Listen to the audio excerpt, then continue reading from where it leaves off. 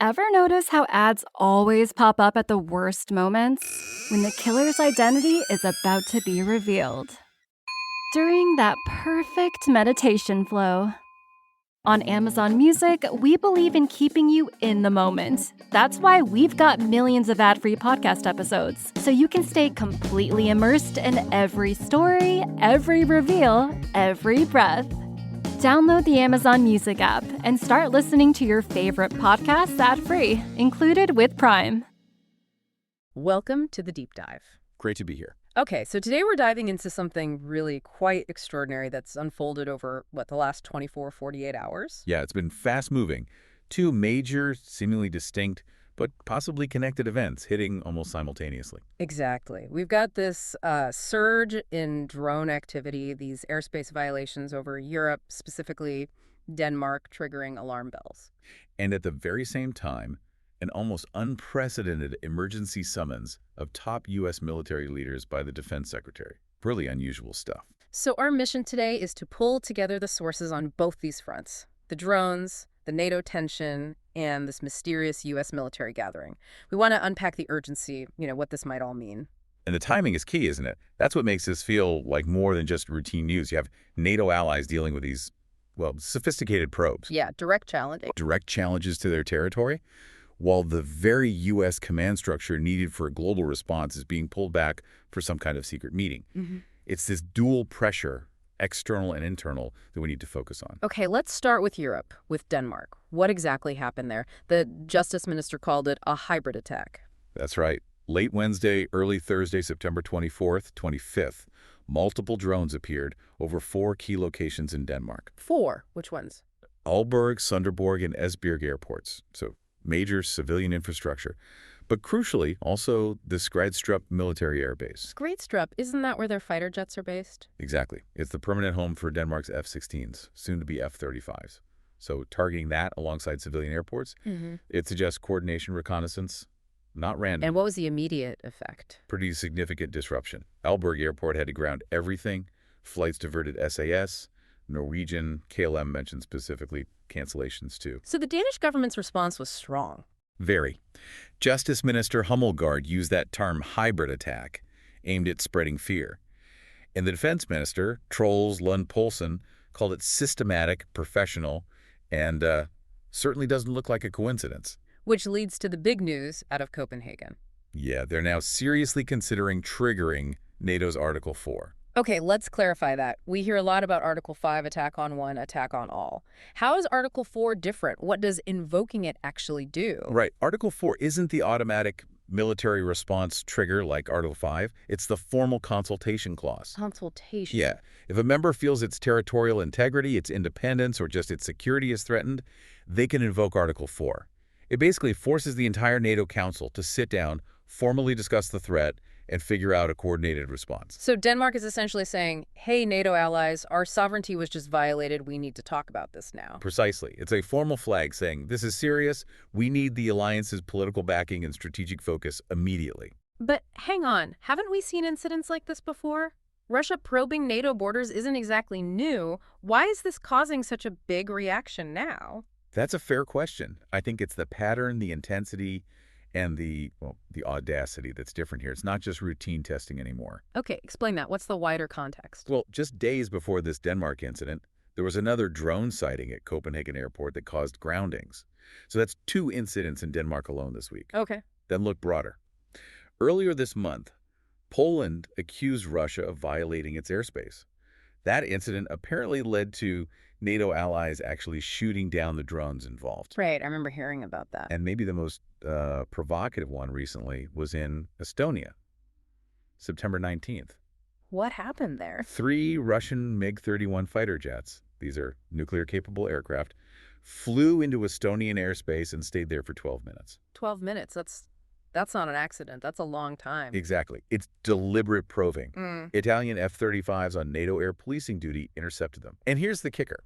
According to the sources, one of the Russian pilots looked over the NATO pilot, raised his hand, and gave a sort of friendly wave. A friendly wave while violating airspace. Yeah, it sounds minor, maybe even comical, but militarily, that's calculated psychological move, a taunt.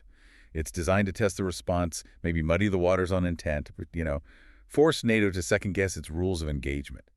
It apparently sparked a really intense debate inside NATO about those ROEs. So this isn't just happening in Europe, is it? There was activity near the U.S. too. Correct. Almost simultaneously with the Denmark drone issue, on Wednesday, U.S. fighters had to scramble up near Alaska. Alaska. What happened? They intercepted 4 Russian military aircraft, 295 bombers, the big ones, and Su-35 fighters flying in the Alaskan Air Defense Identification Zone, the ADIs. So the buffer zone just outside U.S. sovereign airspace. Exactly. It really suggests a coordinated strategy, pressing NATO and the U.S. on multiple fronts at the same time. And all this pressure seems to have led to some stronger words from NATO leadership this week. Absolutely. You saw President Trump state very clearly that NATO nations should shoot down Russian aircraft violating their airspace. That's a significant statement. And did NATO HQ back that up? Yes. NATO Secretary General Mark Rutte publicly supported Trump's comments. He said member nations can target Russian aircraft if so necessary. If so necessary. That sounds like the official language is shifting, maybe lowering the threshold for a kinetic response. It certainly feels like it. It's the clearest signal we've had in a while that the patience for these probes is wearing thin and the rules of engagement might be changing. It's a much more dangerous situation. Okay, so let's pivot. While all this is happening externally, drones, airspace breaches, Article 4 talks, something equally strange is happening inside the U.S. military. Right. This is the other side of the coin. Defense Secretary Pete Hegseth has ordered this highly unusual, rare, urgent meeting. That's how the sources are describing it. A meeting of whom and where? We're talking hundreds of the military's top brass. Basically, almost every general and admiral, brigadier general, or Navy equivalent and up who holds a command position anywhere in the world. Wait, commanders from Europe, the Pacific, the Middle East, all of them? All summoned back to the U.S., to a Marine Corps base in Quantico, Virginia, for early next week. Tuesday, apparently. And they don't know why. That seems odd. That's what's causing the alarm. The sources are pretty clear. These senior officers, even their staffs, haven't been told the agenda. No reason given for this massive, urgent recall. It can't be standard practice, pulling commanders away from active theaters. Not at all. It's a huge logistical undertaking, incredibly disruptive. Think about the commands left temporarily vacant, the costs, the sheer organizational chaos. One official quoted said, "People are very concerned. They have no idea what it means." Another quote was something like, "You don't call GOFOs leading their people into an auditorium outside D.C. and not tell them why." GOFOs, meaning General Officers, Flag Officers. Yeah, the senior ranks. That quote really captures the frustration and, frankly, the suspicion. Why the secrecy? Why the physical gathering instead of, say, a secure video conference, which they do all the time? Couldn't it just be a highly classified briefing on some new major threat, something they don't want leaked? It's possible, but pulling everyone back physically like this, removing all that command presence from the field globally, it usually points towards something internal, something domestic, or perhaps something requiring a level of personal assurance or instruction that VTC can't provide.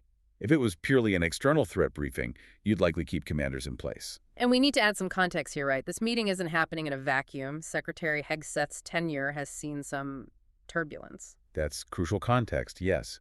There's Hegseth's push to rebrand the Defense Department as the Department of War. That signals a mindset shift. Okay, rhetorically significant. What else? More tangibly, he ordered a massive cut, 20% of all general officer positions. That's about 100 generals and admirals to be cut. 100 senior leaders. That must cause ripples. Huge ripples.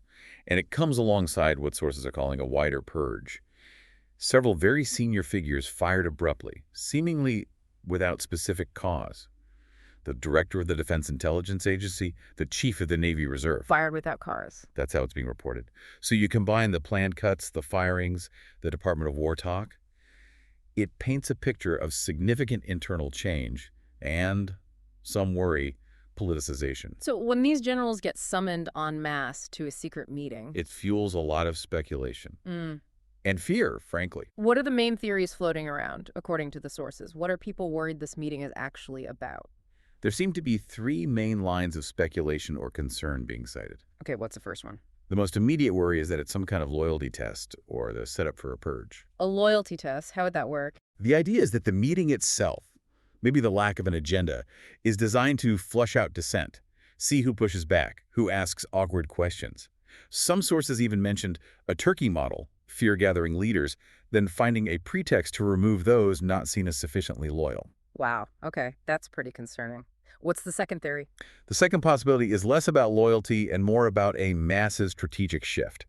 There's been talk of a new national defense strategy in the works, What kind of shift? one that reportedly makes homeland defense the absolute top priority, potentially shifting focus away from containing rivals like China or Russia. A change that big, maybe Hegseth wants to deliver it personally, forcefully, to every single commander at once. A sudden mandatory rollout of a whole new doctrine. That's plausible, I suppose. And the third interpretation, this one sounds potentially darker. Yes, the third area of concern relates to potential domestic issues, worries about using the military domestically. Like martial law. That always sounds a bit extreme. Well, maybe not full martial law, but concerns about laying the groundwork to use the military to crack down on resistance or dealing with internal dissent labeled as a threat. Any move like that, even positioning for it, would likely require getting the top military leadership personally aligned and briefed in a very controlled setting. Okay, so let's try and bring this all together for you, the listener. On one side, you've got these escalating external threats, drones, buzzing NATO airspace, Article 4 being discussed, real-world, immediate security challenges. Challenges that demand a coordinated, rapid response led by the very commanders who are now being pulled away from their posts. And on the other side, you have this unprecedented, opaque internal event within the U.S. military. A mass summons, no agenda, happening against a backdrop of purges and politicization concerns. The timing is just Yeah. incredibly stark. Global military stability seems pressured from the outside by adversaries and potentially from the inside by this unexplained consolidation of command. Which leads us to our final thought for you to chew on. We know NATO countries like Denmark and Estonia have already felt threatened enough by recent events to consider or request Article 4 consultations. We know U.S. military commanders are being urgently pulled from posts worldwide for this CONICO meeting. So the question is, what immediate threat could possibly be so urgent, so critical, that it justifies overriding all those global command responsibilities, pulling hundreds of generals out of theater without even telling them why? If it's not some massive, concealed external crisis about to break, then the urgency feels almost entirely internal. Political, maybe? A test of the system itself. Which scenario, you have to ask, poses the bigger risk right now?